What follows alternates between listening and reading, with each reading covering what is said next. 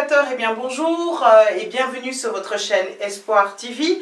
Notre devise, car le meilleur reste à venir. Alors je suis très heureuse de vous retrouver, vous qui êtes de plus en plus nombreux à nous suivre, que ce soit sur la box Orao Télécom ou également via le site internet www.espoirtv.net. En tout cas, merci parce que vous êtes par-delà le monde en train de nous suivre et de plus en plus longtemps. On est en train de faire en sorte de vous apporter de plus en plus de programmes afin de vous satisfaire. Alors, aujourd'hui, c'est une rencontre avec quelqu'un que je dirais d'exceptionnel, au parcours hors du commun, un ancien officier de l'armée belge devenu officier officiellement du roi des rois. J'ai nommé ainsi Monsieur Guy Maréchal et vous verrez, son parcours vaut la peine d'être écouté. Bonjour Monsieur Maréchal. Bonjour Julie. Merci d'être là.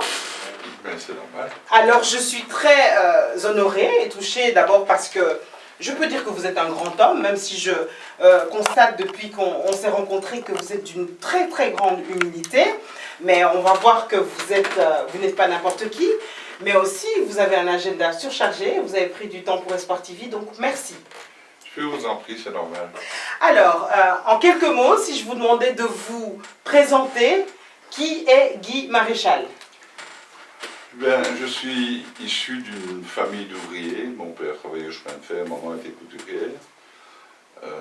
Ce qui était difficile, c'était les fins de mois à l'époque, surtout les 28 derniers jours.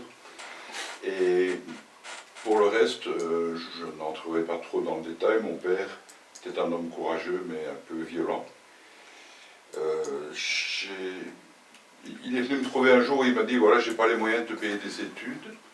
Et j'ai donc décidé d'entrer à l'école militaire.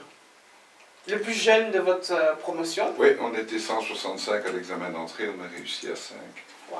Et je suis devenu le plus jeune officier belge en 1970.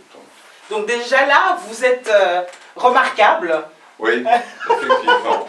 Dès ce début, vous êtes remarquable. Ensuite, vous restez quelques années à l'armée. Je reste quelques années à l'armée. Ça vous fait quoi? Ça vous fait du bien d'y être? Ça me fait énormément de bien parce que, je n'ai pas trop insisté là-dessus, comme mon père était violent, l'armée m'a permis de rencontrer des gens qui ont dressé ma route. Et c'était important. Mais je n'étais pas fait pour faire John Wayne toute ma vie. Donc, après quelques années, j'ai décidé d'entrer dans une compagnie d'assurance où j'ai très vite compris qu'il y avait un problème. C'est qu'il y avait un chef et je n'étais pas fait pour avoir un chef. Donc, j'ai simplement changé la formule et j'ai créé ma propre boîte d'assurance où j'étais à la fois directeur général, femme de charge. C'est moi qui allais faire les courses, j'étais tout seul. Ouais.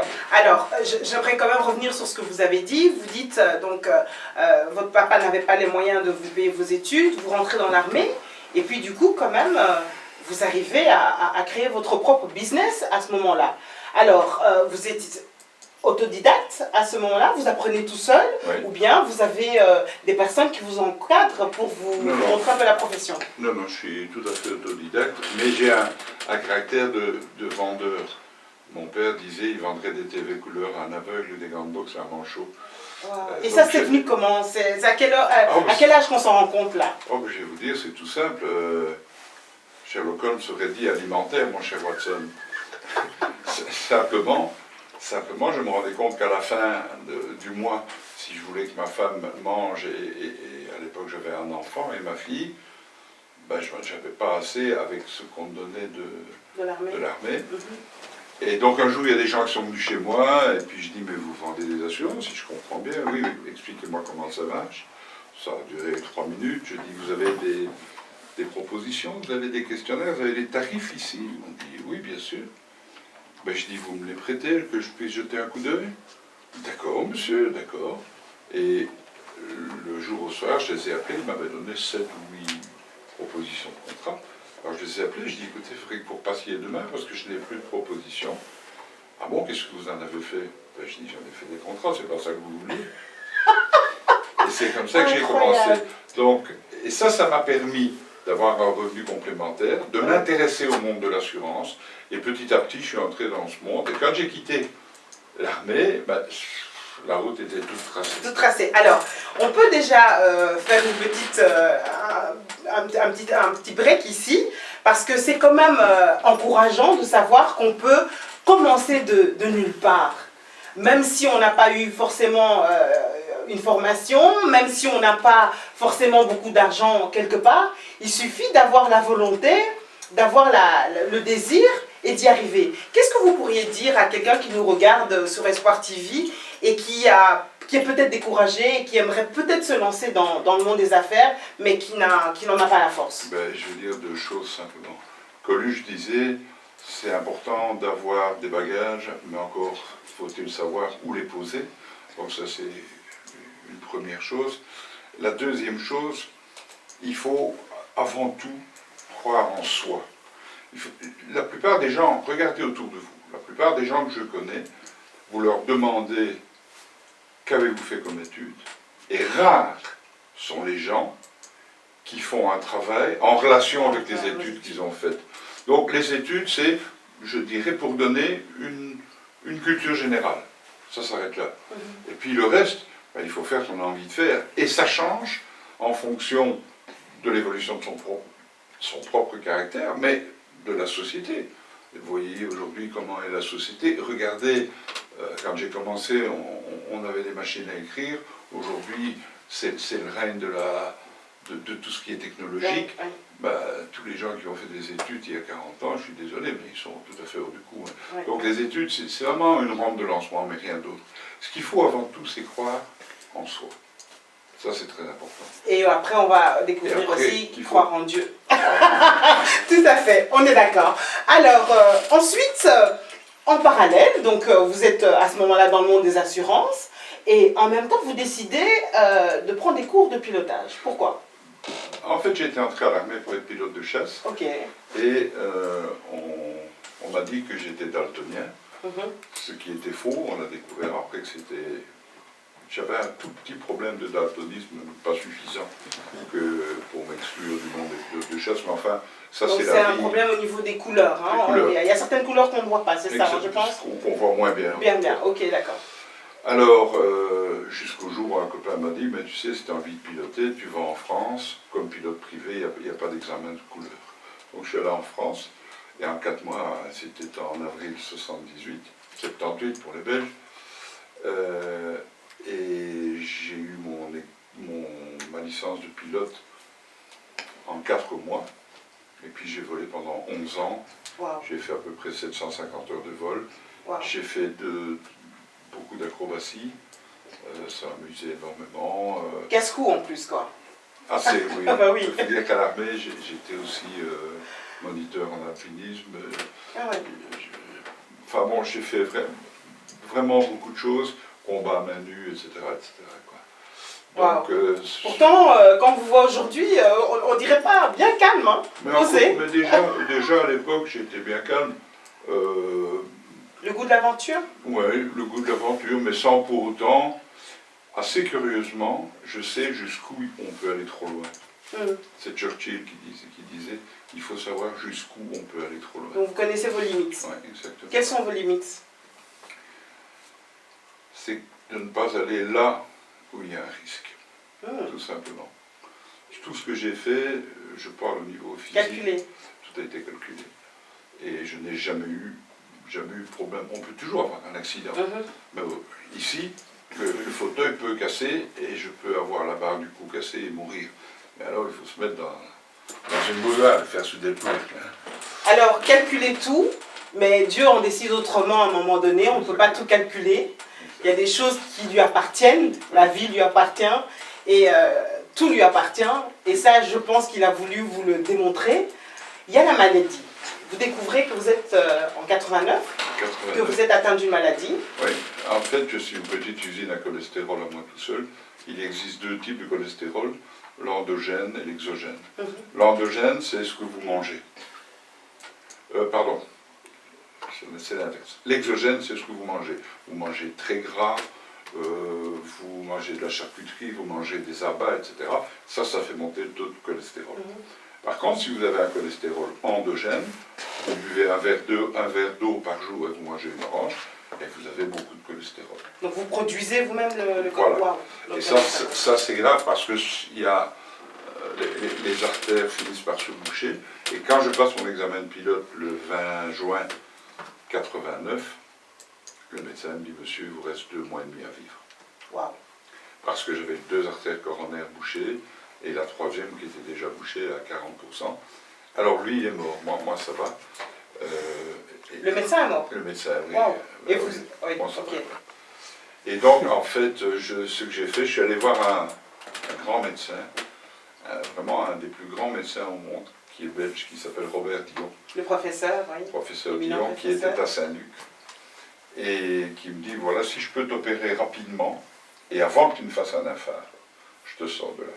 Et le 18 août, j'ai été opéré. 5 pompages. 5 pontages, c'est une opération qui a duré 11 heures et avec 27 heures d'anesthésie. Wow. Et quand je m'en sors, bah, je refais de l'entraînement, je recours à pied, je refais de l'alpinisme, je refais tout. Et ça, malgré que c'est déjà énorme, on va se rendre compte que c'est rien par rapport à ce que le Seigneur vous avait, entre guillemets, réservé. Alors, on va revenir par rapport à votre vie chrétienne. Ouais. Chrétienne d'abord, parce qu'on n'a pas encore vraiment parlé, mais on l'a abordé, parce qu'il faut savoir que vous êtes un serviteur de Dieu. Vous me dites tout à l'heure que déjà depuis 1963, vous avez entendu parler de Jésus. 64. Que vous avez 64 et que vous avez un peu... dites-moi un peu comment ça se passe, s'il vous plaît. En fait, c'est assez simple. Mes parents étaient PP. PP, c'est-à-dire païens pratiquants. Waouh! Et donc on allait à l'église 3 fois sur sa vie pour la naissance, le mariage et l'enterrement. C'était à peu près comme ça. Vous étiez fils unique? Non, nous étions 2 frères. Et un jour, justement, en 64, j'avais 15 ans, mon frère... D'abord, il faut savoir que j'observe la nature, que je trouve que ces champignons, que ces oiseaux, que toute cette nature, ces montagnes, ces arbres, tout ça, obligatoirement, n'a pas été fait par hasard. C'est absolument impossible. Donc vous vous posez des questions comme Ah, ça, oui, existentielles. Oui. Wow. Et un jour, mon frère rentre et il dit, voilà, j'ai rencontré Jésus. Je lui dis, tiens, ben, tu ne l'as pas fait entrer, on aurait pris une tasse de café, on pouvait discuter un coup. Et puis, en fait, il avait rencontré un pasteur d'une église évangélique qui m'a invité à aller voir. Ce que j'ai trouvé extraordinaire dans cette église, c'est cette façon qu'avait le pasteur de s'appuyer sur la parole de Dieu pour justifier, expliquer tout ce qu'il disait. Là, on est en 64. On est en C'est où? 64, C'est j'ai où? 15 ans, et c'est du côté de Chapelle-les-Monts. Et vous avez des nouvelles encore de ce pasteur? Non, lui, il est décédé. Ok. Et oui, malheureusement, je suis copain de jeu, Ramsès II, hein, on avance. Hein. Et puis, il y a des choses qui me dérangent dans cette église. Je trouve à ce moment-là, je ne sais pas trop si on est dans une église ou dans une secte. Les gens, il y a énormément de légalisme à l'époque.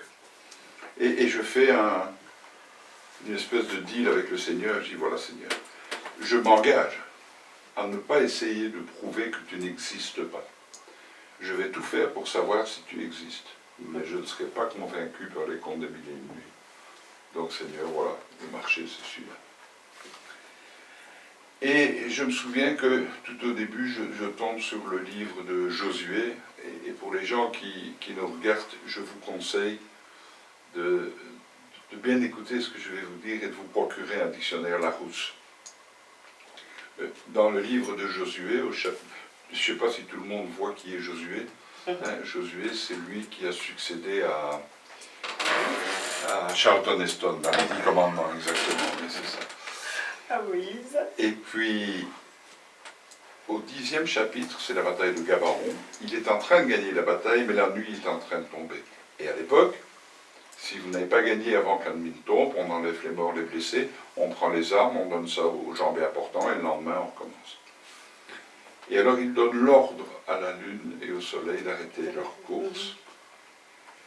Et la Bible dit, et pour la première fois et la seule fois dans l'histoire, Dieu va accéder au désir d'un homme d'arrêter le temps. Et il arrêta le temps pendant presque tout un jour. Alors là, je ferme ma Bible, je dis presque tout un jour. Ça, je comprends ce que ça veut dire. C'est pas 24 heures. C'est pas loin. Mais arrêter le temps, ça, je comprends moins bien. parce que il doit y avoir des traces. Et puis je me souviens que dans le livre des rois, le deuxième livre des rois, là, c'est pas dans le même sens. C'est le roi Ézéchias qui va mourir et qui dit à Dieu, au travers de son prophète Ésaïe, j'étais bon, tu pourrais me donner un petit raviol. Et Ésaïe lui dit, ok, le Seigneur te donne 15 ans de vie en plus. Puis il dit, mais tu n'as pas l'air de croire que c'est Dieu qui te parle. Est-ce que tu veux que j'avance le temps de 10 degrés ou que je le recule de 10 degrés? Et Ésaïe va dire, non, avancer c'est trop facile, recule-le de 10 degrés. Si vous avez fait un peu de mathématiques, 10 degrés c'est 40 minutes. 40 minutes plus presque tout un jour, et je sais toujours avec mon problème. Et je fais ce qu'on fait souvent à cette époque et qu'on devrait encore faire aujourd'hui, je prends le dictionnaire Larousse et je vais voir le mot calendrier. Et il y a 4 colonnes qui expliquent tous les changements qu'il y a eu dans les calendriers. Et tout à la fin, il est écrit, et sur une période de 3 ou 4 000 ans, il y a une erreur inexpliquée de 24 heures. Wow. Ça, vous conseille d'aller voir votre dictionnaire Larousse. Waouh. Attendez, là on est quoi, en 1964? Ouais. Vous avez 15 ans? Oui. Et vous pensez à ça? Ah oui. Ah ouais. Ah oui, c'est important pour moi. C'est important parce que, ou bien c'est un conte des livres et une nuit, et je préfère lire Tintin ou Astérix, ou alors c'est vraiment un livre historique intéressant. Maintenant je vais aller jusqu'au bout, je veux comprendre. Waouh. Et ça c'est un des exemples, il y a plein d'autres exemples que l'on découvre dans la Bible, on dit mais... Et là vous dites à Dieu, tu es. À ce moment-là je lui dis, tu es. Aux autres je dis je n'ai pas prouvé que Dieu existe, mais moi ça y est, j'ai acquis la conviction qu'il existait. Et à partir de ce moment-là, il ne reste plus qu'à créer une relation entre lui et moi, ce qui va aller très vite, hein, ça va grosso modo prendre 36 ans. 36 ans. Oui, parce Pourquoi? Qu'est-ce qui se passe à ce moment-là? D'abord, la vie, d'abord la vie, l'amour du monde, le fait de instantanément savoir que si je m'engage, ça veut dire quelque chose, que je vais devoir changer des attitudes, je vais devoir faire des choses que je n'ai pas l'habitude ou que je n'ai pas envie de faire. Parce que vous êtes une personne de principe. Voilà, alors je recule. Et un jour, donc j'avais quitté l'armée, quand j'ai quitté l'armée, je suis passé chez Albert Frère, je suis resté 1 an, et puis c'est là qu'on découvre qu'on doit m'opérer, puis j'ai rencontré Zorro, enfin Bernard Tapie, c'est comme ça qu'on l'appelle. Oui, parlez-nous de cette rencontre, donc la rencontre, bah oui, parce que quand même, j'ai promis que vous étiez quelqu'un, une grande personnalité, il faut que je le prouve. Tapie, c'est un homme extraordinaire, c'est un politicien. Alors, comment vous devenez DG de Donné? Donné, l'ancienne... c'est tout simple. Qu'est-ce qui s'est passé d'ailleurs avec Donné? Pourquoi? Donné est une boîte qui a été créée en 1912 par Émile Donné, et ça s'appelait les scieries du Lienot. C'était des scieries, il y avait 5000 personnes qui travaillaient chez Donné à l'époque. Et ils ont commencé par faire des traîneaux. Et puis ils ont fait des tables de tennis de table, puis ils ont fait des raquettes en bois. Ouais. Bon, là, évidemment, je raccourcis. Et puis, un jour, le père Donné prend un avion et il va voir un match de tennis des enfants. Et il y a un gamin qui a 14 ans, qui joue et qui rate une balle, ce qui arrive, et le gamin prend la raquette et la claque par terre. Et à la surprise générale, il y a une femme qui saute les balustrades, qui s'avance sur le gamin et qui lui retourne une gifle. Et il dit, tiens, qu'est-ce qui se passe? Et elle lui dit, plus jamais tu ne joueras au tennis. C'est terminé. Si c'est pour te comporter comme ça, plus question. Et 3 mois après, le père Donné revient. Il va trouver la dame. Il lui dit, écoutez madame, je vous promets qu'il ne recommencera plus jamais ce qu'il a fait. Mais je vous demande de le laisser rejouer. Et il s'appelait Björn Borg. Waouh! Or, Borg arrive en même temps que la télé, dans les années 70. 70 pour les Français, c'est 90 moins 20. Donc, il arrive en même temps que la... 70. Voilà. Quand vous dites 90, C'est ça, exactement. Alors, il arrive en même temps que la télé, et ça, et puis ça va être un joueur qui va tout gagner, sauf aux États-Unis, sinon il gagne pratiquement tous les tournois. Et donc, ça devient le grand joueur. Et Donné connaît un essor extraordinaire et devient la première boîte mondiale. Malheureusement, sans crier gare, en 82, alors qu'il était encore très jeune, Björn Borg décide d'arrêter. Et à ce moment-là, on change. On passe de la raquette en bois à la raquette en carbone. Et le père Donné décide que l'avenir c'est le bois. Ça c'est la grosse erreur à ne pas faire. Et tous les autres passent au carbone. Et c'est fini pour nous. mais il avait quand même encore, il y avait quand même les vêtements, Ah oui, mais non, mais bon, les vêtements ne sont jamais étaient portés par la raquette. Ok, ouais. Il n'y aurait pas les vêtements s'il n'y avait pas la raquette. Alors vous, des assurances à donner, ça se passe comment? Ah ben c'est pas difficile. Je suis après mon opération, il y a Tapi qui veut racheter Donné et il vient inaugurer la nouvelle ligne de fabrication de raquettes de tennis à Couvain et il y a 300 personnes et puis bon il fait son cirque habituel. Vous savez c'est un politicien. Et au fait, vous savez pourquoi les politiciens investissent plus d'argent dans les prisons que dans les écoles? Non. Ils sont sûrs de ne pas retourner à l'école. Et alors, Oh mon Dieu! l'ami Tapi demande qu'on lui pose des questions. Il y a une cinquantaine de journalistes et c'est vrai que les questions sont d'un ridicule assez rare. Pourquoi vous avez une chemise bleue, une cravate rouge? Tout le monde s'en fout. Jusqu'au moment où Tapi dit bon, il n'y a personne qui a une vraie question méchante. Et je lève la main, je dis, Monsieur Tapi, quand vous êtes venu il y a un an, vous avez dit, c'est la première fois que je fais l'amour avec une entreprise belge. Alors je vais faire attention à ce que je vais dire, parce que je l'ai dit en termes de plus cru. Moi, quand je fais l'amour, il y en a un qui est actif et l'autre qui n'est pas actif, qui n'a pas été actif.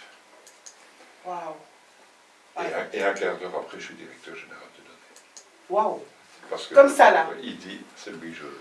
L'audace. Voilà. Ok, bon, l'audace, c'est important. Ouais. La deuxième remarque qu'on peut faire, quand on a un rêve, quand on a envie de quelque chose, qu'on a un objectif, parlez-nous un peu de l'audace, justement, que vous avez peut-être pas dans ces termes-là, bien sûr, mais parlez-nous de l'audace. Je vais vous dire l'audace, la première... Aidez quelqu'un à être audacieux ce soir. C'est pas difficile, la première fois que je suis interrogé par les journalistes en tant que directeur général de Donné. Il y a manifestement dans les 50 journalistes qui sont là, il y en a un qui ne m'aime pas. Je ne sais pas pourquoi, je ne l'ai jamais vu. Donc je ne peux pas, excusez-moi, je ne peux pas vous dire pourquoi il ne m'aime pas. Mais à un moment, il me dit, Monsieur Maréchal, puis-je vous pose une question? Je dis, je vous en prie, monsieur. Quel est votre niveau au tennis? Ah ben je dis, c'est pas compliqué. J'ai jamais eu une raquette de tennis en main. Il me dit, vous trouvez ça normal d'être directeur général de Donné sans jamais avoir tenu une raquette de tennis? Et je lui dis, je vais vous dire, monsieur, la semaine dernière, j'ai un de mes amis qui a été nommé directeur général chez Krupp, le marchand de canons. Il n'a jamais tiré au canon. Ok, la réponse c'était clair. C'était ça l'audace. Donc, remettre quelqu'un à sa place et puis voilà quoi. Et croire en soi, toujours comme vous avez dit tout à l'heure. Ça c'est très important. Alors, à ce moment-là, vous en êtes où avec votre relation avec Dieu? Quand vous êtes nulle part. directeur Quand je dis général. nulle part, ça veut dire que je dois lire 5-6 livres par an qui parlent de Dieu, qui parlent des miracles. Quand même. Oui. Par contre, j'ai un vrai problème avec les miracles. Les miracles, je dis, mais qu'est-ce que c'est que ces bouquins où il n'y a jamais un certificat médical qui atteste de la réalité de la maladie, où il n'y a jamais un deuxième certificat médical qui atteste de la réalité de la guérison, sans l'intervention des hommes, évidemment. Parce que si vous avez l'appendicite, qu'on vous opère et que tout va bien, mais ça, c'est pas un miracle, ça s'appelle de la médecine. Et donc, je ne suis pas très poussé vers les miracles. Donc ma relation avec Dieu à ce moment-là, elle se limite à la lecture. Mais de temps en temps, j'observe, de temps en temps, je vois des choses. Quand je vois des... Tiens, quand je suis allé en Afrique, par exemple, quand je vois des arbres spéciaux qu'on ne voit pas chez nous, des animaux qu'on ne voit pas chez nous, je me dis, c'est extraordinaire. Il y a un créateur. Il y a un créateur. Maintenant, comment faut-il l'appeler, mais Jésus, etc. J'en suis pas encore là. Et puis le temps passe. Là, vous êtes resté combien de temps directeur général de données? 4 ans. 4 ans. Et puis je quitte parce que c'est la région wallonne qui rachète, c'est-à-dire les politiciens. Et comme je vous le disais tout à l'heure, j'ai une relation un peu spéciale avec les politiciens. Quand je donne la main à un politicien, je recompte toujours pour voir s'il m'a rendu tous mes doigts, on ne sait jamais. Et donc,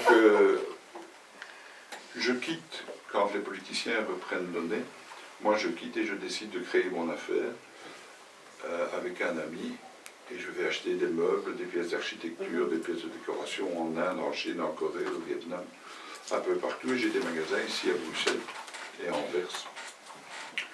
Et tout se passe merveilleusement bien. Je suis un homme heureux, j'ai jusqu'à 60 employés. Jusqu'au jour où Dieu dit maintenant, stop. Voilà. Et en fait, stop, on arrête tout. Et maintenant, il s'agit de moi. Oui, exactement. Rencontre avec le Créateur. Oui, et là, ça va se passer d'une façon très surprenante. Parce que je suis en Belgique. J'habite à 1000 km d'ici. Parce que quand j'ai rencontré ma femme, elle habitait pas loin de Bayonne. J'ai dit, écoute, moi j'ai mes magasins à Bruxelles, toi tu habites Bayonne, bon, bah, le plus simple, ça serait qu'on s'installe à Bruxelles. Et elle me dit, oui, pas de problème, et donc on s'est installé à Bayonne. Enfin, après Bayonne. Et je remonte en Belgique pour voir comment ça tourne les magasins. Et la veille de mon retour, je vais manger au restaurant avec 3 amis. Et là, le soir, j'ai une douleur dans la tête, assez violente. Bon, je prends une aspirine, ça passe. Le lendemain matin, quand je me lève, je sens que je ne suis vraiment pas bien. Je vais voir Marianne, la propriétaire de l'hôtel où je dormais, qui est une amie. Je dis, Marianne, appelez une ambulance et dites-leur que je fais un accident vasculaire cérébral. Là, vous le savez. À ce moment-là, je tombe, je suis aveugle et paralysé des 4 membres. Et je suis dans le coma. Donc là, à partir de ce moment-là, on est le 5 mai 2006. Je suis blackout. Vous vous rappelez quoi, la dernière chose, ces paroles-là? La dernière chose, c'est ces paroles-là. Appelez une ambulance et dites-leur que je fais un accident vasculaire cérébral. Alors, le détail, parce que c'est extraordinaire, je vais vous laisser le dire.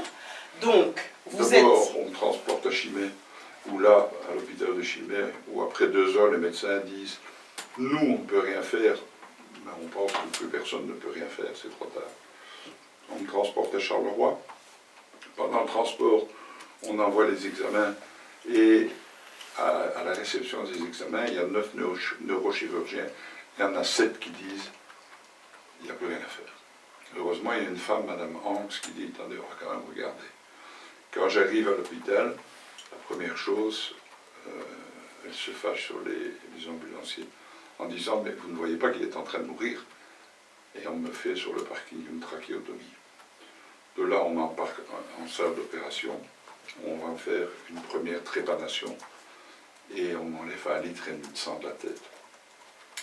Dans les 11 jours qui vont suivre, on va me refaire 2 trépanations.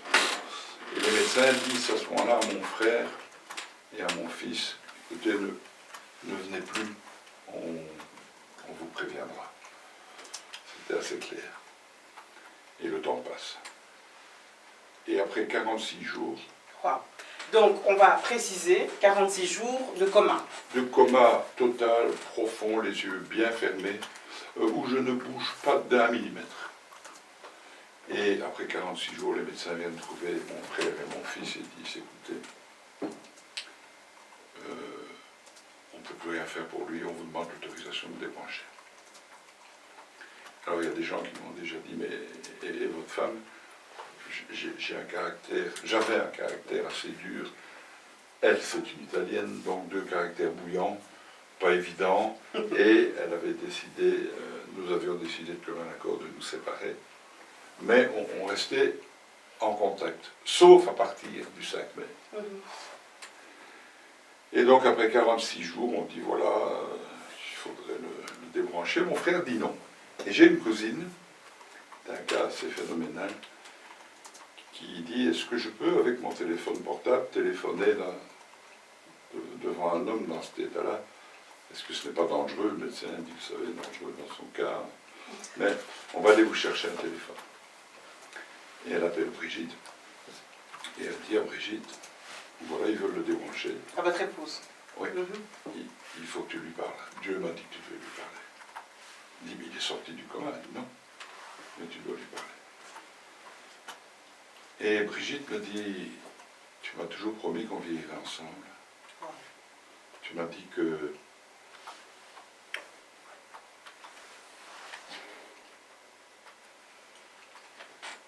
tu ne me quitterais jamais, et maintenant tu me laisses. J'ai besoin de toi, il faut que tu reviennes. Et à ce moment-là, à la chambre, il y a quelqu'un qui dit, mais regardez, il y a les larmes qui coulent.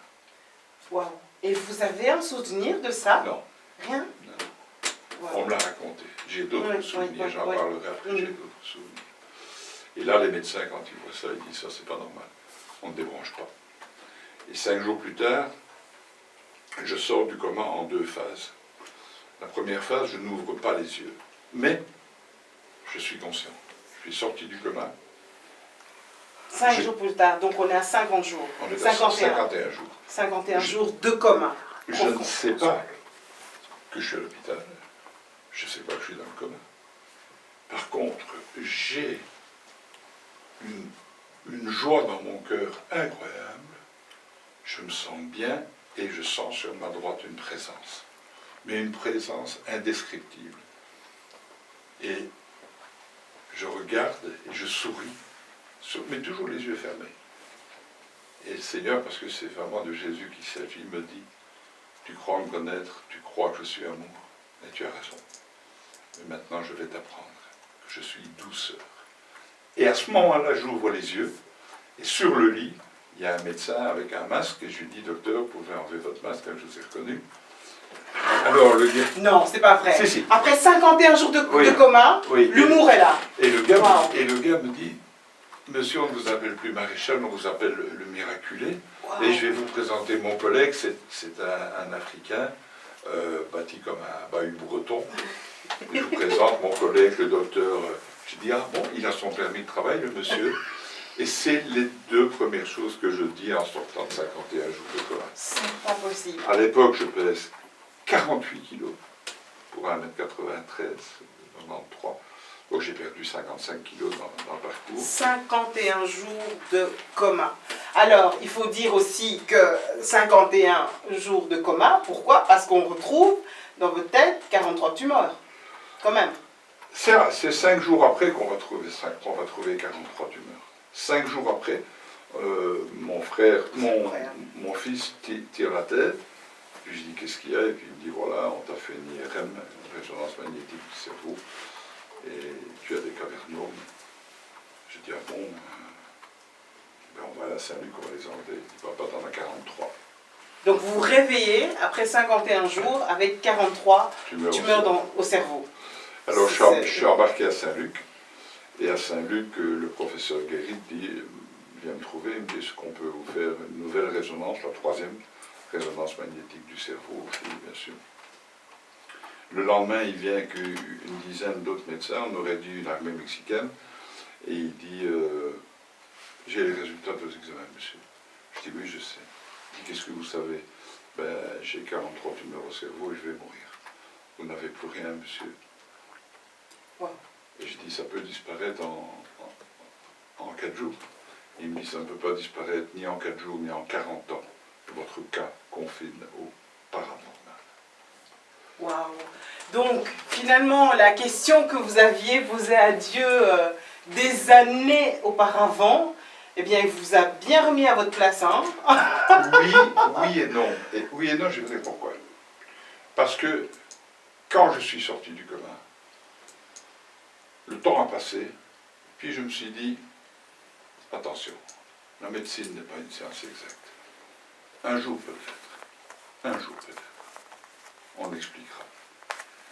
Et pendant des années, d'abord j'ai reçu une prophétie dans une église, on m'a dit que je devais aller témoigner, que ce cadeau ne m'appartenait pas, que je devais le partager. Et puis, après avoir témoigné pendant quelques mois, il y a un pasteur qui est venu me trouver et qui m'a dit, ton témoignage n'est pas complet. Tu dois prier pour les gens qui sont malades. Je dis, oui, mais il y a un problème. Quoi? Je ne crois pas au miracle. Après ce que tu as eu, tu ne crois pas au miracle. Vous ne croyez pas au miracle après ça? Non. Ok. Et alors, le gars me dit, écoute, tu as tort. Et pendant 1 an et demi, je prie, et je prie pour les gens qui sont malades. Eh bien, vous n'allez pas me croire. En 1 an et demi, je n'ai pas vu une grippe guérie. Rien. Et donc, je me dis, ça, je le fais pour faire plaisir au pasteur. Et un jour, je suis à Toulon, et j'entends comme une voix dans mon cœur qui me dit, tu vois la dame là-bas, il y avait 1200 personnes. Tu vois la dame là-bas, dans un fauteuil roulant. Va prier pour elle. Ben, je dis, enfin Seigneur, tu sais bien, je ne crois pas à tout ça. Tenez-vous bien, c'est ce que j'appelle les singeries pentecôtistes. Je veux dire si j'étais dur. Et le Seigneur apparemment ne m'entend pas, il dit, va prier pour la dame là. Et à la 5e fois, j'obéis. Je descends, je lui demande l'autorisation de prier. Elle s'appelle Isabelle, elle a 27 ans. Je prie. Et avant de partir, je lui dis, vous souffrez de quoi, mademoiselle? Elle me dit de la sclérose en plaques. Elle est paralysée. Je ne remonte pas sur la scène. Je vais derrière, il y a une petite salle où on prend un verre de vin, un petit morceau de sandwich, un bout de charcuterie. Et les autres arrivent, les autres orateurs, et me disent, t'as raté quelque chose. Je dis, oui, qu'est-ce que j'ai raté? La femme pour qui t'as prié, oui. Elle s'est levée, elle est partie en marchant. Je dis, attendez, faire de l'humour avec ça, je trouve que c'est pas très intelligent. Elle dit, c'est la vérité. Et à partir de ce jour-là, j'ai vu des guérisons, j'ai vu des miracles. Vous savez, je suis allé au Brésil, je n'oublierai jamais une dame. Elle avait eu un accident, elle avait eu cet os-là qu'on appelle le crâne cassé. C'est un os principal. On l'avait opéré là, et là malheureusement, on a sectionné le tendon. Et son bras s'est mis comme ça. Alors j'ai prié pour elle. Moi, je suis tellement, quand je prie dans mon trip avec le Seigneur, que j'ai pas vu qu'elle avait le bras comme ça. Et puis, 1 heure après, j'étais chez le pasteur, on mangeait, le téléphone sonne, j'entends une femme hurler. Elle arrive, et elle dit, voilà, je suis rentré chez ma fille. Enfin, je suis rentré chez moi, j'ai appelé ma fille, et je lui ai dit, oh, il y a un grand Français qui est venu, vous voyez, ils peuvent se tromper, hein. Il y a un grand Français qui est venu, tu aurais dû être là. Et puis elle se met à hurler, et sa fille dit, maman, qu'est-ce que tu as? Elle dit, mon bras. Et son bras était revenu. Et ça, j'en vois maintenant très souvent. Je dis bien j'en vois, parce que moi, je ne suis pas un gourou. Un gourou, on m'a appris que c'était un type qui se gourre. Donc, le Seigneur fait des miracles. Moi, au travers, il vous utilise. Vous savez, je dis toujours, le malade, c'est la pelouse. Celui qui fait les miracles, c'est Dieu. Et moi, je suis le tuyau d'arrosage. Et on n'a jamais vu un tuyau d'arrosage se vanter. Donc de là, et on va bientôt tirer les grandes leçons de tout cela, parce que le temps file, mais c'est tellement passionnant, votre histoire. De là, vous décidez, comme je l'ai dit en début d'émission, de tout laisser et de servir le Seigneur. À la demande du Seigneur. À la demande du Seigneur, ouais. Donc suite à la prophétie, et de parcourir le monde ouais. pour exposer votre témoignage. Ouais. Il y a le bouquin également, l'ouvrage Rescapé de la mort, on peut dire que c'est vraiment le cas. Pour les Belges, il est préfacé par le professeur Dion, par Eddy Merckx, qui confirme, par Bernard Hinault, des grands par sportifs. Nicky Cruz. Waouh. Nicky Cruz, comme Nicky Cruz se trouve dans mon DVD, il témoigne. Waouh. Quand il était chef de gang dans le Bronx. Tout à fait. Alors, il y a des grandes leçons à tirer. Ouais. Votre conclusion, je vais vous demander justement de prendre le temps pendant 5 minutes de tirer les grandes leçons de ce témoignage. Énormément d'humour Et c'est merveilleux d'avoir autant d'humour, même quand on se réveille de 51 jours de coma, mais quand même une profondeur de ce que Dieu a fait et de ce que vous êtes en train de faire pour le servir. Alors, pendant 5 minutes, j'aimerais que vous tirez les grandes leçons et que vous puissiez, comme vous le dites si bien sur la préface de votre bouquin, en tout cas, je veux dire, dans l'introduction sur votre site internet, que votre but, c'est de redonner l'espoir. Ouais. Et c'est le but également d'Espoir TV, de redonner l'espoir à ceux qui l'ont perdu.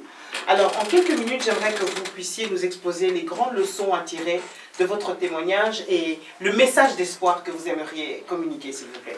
Maréchal. Le plus grand message d'espoir que je voudrais faire passer, je suis en train d'écrire mon 3e livre. Et j'espère que beaucoup de gens vont être choqués de ce que je vais dire. Parce que j'ai écrit dans mon 3e livre, la première page, le plus beau jour de ma vie est le 5 mai 2006, le jour où j'ai fait mon accident vasculaire cérébral. Parce qu'à partir de ce moment-là, j'ai cessé de faire des efforts pour me rapprocher de Dieu. De toute façon, tous les efforts que j'avais faits jusque-là n'avaient servi strictement à rien. Par contre, Dieu a commencé, lui, à me façonner. Vous savez, quand un jardinier va planter des fleurs, d'abord, avant de les planter, il doit travailler la terre. Il doit la rendre humble. Il doit vraiment qu'il n'y ait plus de cailloux, qu'il n'y ait plus rien, qu'il n'y ait plus de mauvaises herbes. Et alors, quand elle est humble, il peut commencer à planter. Et le Seigneur a fait exactement le même travail avec moi. Ça a été long. Ça a été long parce qu'en plus, il y en avait des cailloux enlevés. Je peux vous dire, c'était pas triste. Et ce que le Seigneur m'avait dit à la sortie, je suis amour, mais tu vas voir que je suis douceur. Comme vous pouvez l'imaginer, je ne suis pas devenu du jour au lendemain le type parfait. Loin de là. Mais chaque fois que le Seigneur me reprenait, il me reprenait avec douceur. C'était incroyable. Et parfois, je lui disais, mais Seigneur, attends, je ne te comprends pas. Pourquoi tu ne te fâches pas? C'est pas normal ma réaction. C'est pas normal ce que j'ai fait. Et il me dit, écoute, si un jour je dois refaire le monde, je te prendrai comme conseiller. Et donc, j'ai vraiment, tous les jours, appris, mais appris avec lui. Et puis, petit à petit, il a commencé à me faire participer à la vie chrétienne. Et participer, c'est quoi? Prier. Voir des résultats dans la prière. Imposer les mains. Voir des résultats quand on impose les mains. Voir des gens guérir là où tous les médecins disent c'est pas possible. Voir ce plus grand miracle qui est de se regarder dans une glace et de dire mais petit à petit je suis en train de changer. Oh, je vous assure, je vais dire comme Paul, je fais encore tout le mal que je ne voudrais pas et je ne fais pas tout le bien que je voudrais. Mais je suis sur un chemin, de sanctification où j'essaie de m'améliorer, où le Seigneur m'améliore, moi je ne m'améliore pas. Et je vis une aventure absolument extraordinaire, une intimité avec Dieu que je ne pouvais pas imaginer. Il est impossible que ça vienne tout seul si le Seigneur ne vous tend pas les bras. Alors vous allez me dire, mais alors vous avez de la chance, parce qu'il y a des gens envers qui il ne tend pas les bras. Faux. Il tend les bras envers tout le monde, mais nous le refusons. Nous ne le voyons pas, nous ne voulons pas le voir. Nous ne voulons pas quitter ce que nous croyons être notre petit confort pour aller dans les bras du Père et pour vivre des aventures extraordinaires. Vous savez, aujourd'hui, et je vais clôturer là-dessus, j'ai des problèmes avec ma femme, et chaque fois que j'ai des problèmes avec ma femme, je dis, tu vois Seigneur, tu vois comme elle est. Et le Seigneur me répond toujours, ouais, je vois comme tu es. Je dis, non Seigneur, je disais elle, non mais moi je te dis toi, je vois comme tu es. Je vois comment tu dois encore t'améliorer, comment tu dois encore changer, comment tu dois te laisser améliorer. Laisse-moi te façonner, n'oublie jamais. Je suis le potier et tu es le vase. Waouh, extraordinaire, extraordinaire, extraordinaire, merci beaucoup. Un véritable message d'espoir. Alors, la devise d'Espoir TV, c'est car le meilleur reste à venir, l'avenir Le meilleur avenir pour Guy Maréchal, c'est quoi? Les projets, Eh bien, les futurs objectifs, pas encore atteints? il y a 10 ans, les médecins m'ont dit que je ne pouvais plus travailler, que j'étais plus bon à rien. Vous gardez encore des séquelles? Non, j'ai couru jusqu'au mois de décembre 2014. J'ai couru 3 fois par semaine. J'ai refait du sport, etc. Waouh! Et entre-temps, on m'a mis 5 machines dans la poitrine. Donc, l'homme qui valait 5 milliards, c'est moi. Milieu unique. C'est ça, oui, c'est ça. Ah bah oui. Mais un jour, j'ai eu la chance de rencontrer un gars. Et je dis, c'est une chance, parce qu'il est dans le studio, c'est mon ami Tony, il est en face de moi. Et il vient me trouver, il est chrétien, et il me dit, voilà, il y a 8 ans, j'ai inventé quelque chose. Et puis je l'ai mis dans un tiroir, et puis voilà, c'est resté là pendant 8 ans. Et il y a un mois, le Seigneur m'a dit, je vais t'envoyer quelqu'un qui va t'aider à développer. C'est une invention qui est tellement géniale qu'elle est simple. Qu'est-ce qu'il y a de génial dans son invention? On ne va pas entrer dans la technique. Quand vous inventez quelque chose, le tout après, c'est de créer le besoin économique. C'est que les gens aient envie de l'acheter. Quand on a inventé la télévision en 1934, il y a 2 gars qui ont inventé la télévision, ils habitaient à 1000 km l'un de l'autre. C'était formidable. Mais en 1948, tout le monde se demandait à quoi ça allait servir. Et à partir de 1952, on a commencé à avoir, dans un village comme chez moi de 12 000 habitants, une télé. Et puis regardez aujourd'hui, celui qui n'a pas 4 télé chez lui, c'est pas un type normal. Et puis, quand j'ai vu son invention, je me suis dit, mais vous savez, les jeunes ne font pas, je regarde, les jeunes ne font pas leur lacet. Soit ils mettent leur lacet, ils posent dans les chaussures, enfin ils ont toutes sortes de systèmes. Et lui a inventé un système où vous faites votre lacet une fois, comme on dit en Belgique, c'est pour ça qu'on va l'adopter en Belgique. Vous faites votre lacet une fois, et c'est pour la durée de la chaussure. Wow. Et j'ai dit, mais c'est incroyable, parce que les milliards qu'il fallait dépenser pour créer le besoin économique, c'est fait. Ouais. Et à partir de ce moment-là, je lui ai dit, écoute, c'est un truc absolument extraordinaire. Et on a senti que Dieu nous bénissait.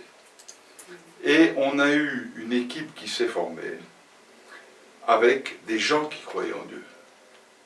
Et ça, c'était extraordinaire. Et l'affaire a été lancée, tenez-vous bien, hier sur Internet. Et j'ai la primeur sur Espace TV, magnifique. Voilà. Félicitations. Et elle sera en magasin, je vais dire fin mai, dans les magasins. Nous avons des marques mondiales qui veulent signer avec nous. Et je crois, sans exagérer, on aura comme partenaire toutes les marques mondiales. D'accord. Alors, comment s'appelle l'accessoire? L'accessoire s'appelle le Loop Stop, L2OP, STOP. Mais ce qui est important, il faut savoir, c'est que quand Tony est venu me trouver, nous n'étions que nous deux. Et je lui ai dit, mais Tony, est-ce que tu te rends compte des dizaines de millions de profits que ça va générer? Alors je voudrais savoir qu'est-ce qu'on va en faire de cet argent. J'avais une idée, et Tony aussi. Il m'a dit, ben, c'est pas difficile, on va faire comme le patron de chez Caterpillar. D'abord, on va donner 90% pour des œuvres chrétiennes. Ça, c'est la première chose. Les gens viendront nous apporter un dossier, et il y aura 90%. Alors les 10%, ben, chacun aura ses 10%, il fera ce qu'il veut avec. Mais rien n'empêche à chacun de redonner 90% des 10% qui restent. Mais le but, c'est vraiment ça. C'est de faire avancer le royaume de Dieu, d'avoir les moyens pour faire avancer le royaume. Et je vous assure, je crois que c'est la plus belle aventure. Non, je ne crois pas. Je suis certain que c'est la plus belle aventure de ma vie. L'armée, c'est bien, le parachute, etc. Tout ça, c'est bien. Mais ça, c'est une aventure de vie. Parce qu'il y a 10 ans, on disait que j'étais mort. Et aujourd'hui, je reviens au niveau des numéros 1 mondiaux, parce qu'un type, un jour, a eu une idée géniale. Et en plus, j'ai rencontré autour de moi, nous avons créé une équipe de 5-6, où c'est tous, il y en a qui ne sont pas pasteurs, mais ils ont tous un cœur pour Dieu. Et ça, c'est extraordinaire. Amen. En tout cas, merci beaucoup Guy Maréchal. Je sais que c'est la première, mais pas la dernière. Parce qu'il faudra un jour que vous puissiez venir nous parler business, parce que vous êtes un homme d'affaires redoutable, ça c'est sûr. Et je pense qu'il y a également pas mal de conseils que vous pourriez nous donner. Alors, important pour avoir des informations concernant l'accessoire, également concernant votre agenda, également pour pouvoir acquérir les livres, les ouvrages ainsi que les DVD, eh bien tout simplement aller sur votre site internet Guy Maréchal. Non, Guy-du-6 oui. maréchal.fr. D'accord. C'est plus simple sur Google, vous tapez Guy Maréchal, rescapé de la mort, et vous tombez directement. C'est comme ça que j'ai fait. Vous tombez sur une des 183 tout à fait. Donc, Guy Maréchal, rescapé de la mort, sur le moteur de recherche Google, et vous trouverez directement. En tout cas, merci, à très bientôt. C'est moi qui vous remercie. Bonne continuation. Mais elle sera bonne et on aura l'occasion de se voir. Et aujourd'hui, si vous y pensez, et à un moment le soir, priez, parce que ne priez pas pour que nous réussissions. Nous, on a une ambition, on veut que les gens puissent manger à leur faim, on veut que les gens puissent ne pas avoir froid, on veut que les gens aient un confort minimum, on ne veut plus voir des gens qui meurent de faim pendant que d'autres meurent de trop manger, et on veut vraiment faire entrer le royaume de Dieu ici. En tout cas, votre succès sera également notre réussite, puisque votre but c'est de soutenir des œuvres chrétiennes dont on fait partie. Donc on a tout intérêt à vous soutenir et nous le faisons de tout cœur. Merci en tout cas. Voilà, notre émission est terminée.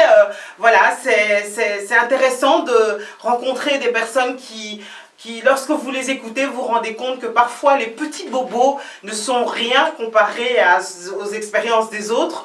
Mais le but de ce témoignage est de dire à quelqu'un qu'il y a toujours de l'espoir. Tant que Dieu n'a pas décidé que c'était fini avec quelqu'un, eh bien ce n'est sûrement pas fini, alors gardez l'espérance. Je remercie la Hope Team à la technique. Merci beaucoup pour leur travail extraordinaire qu'ils font. Je vous retrouve très bientôt pour une autre rencontre avec. En attendant, que Dieu reste notre priorité.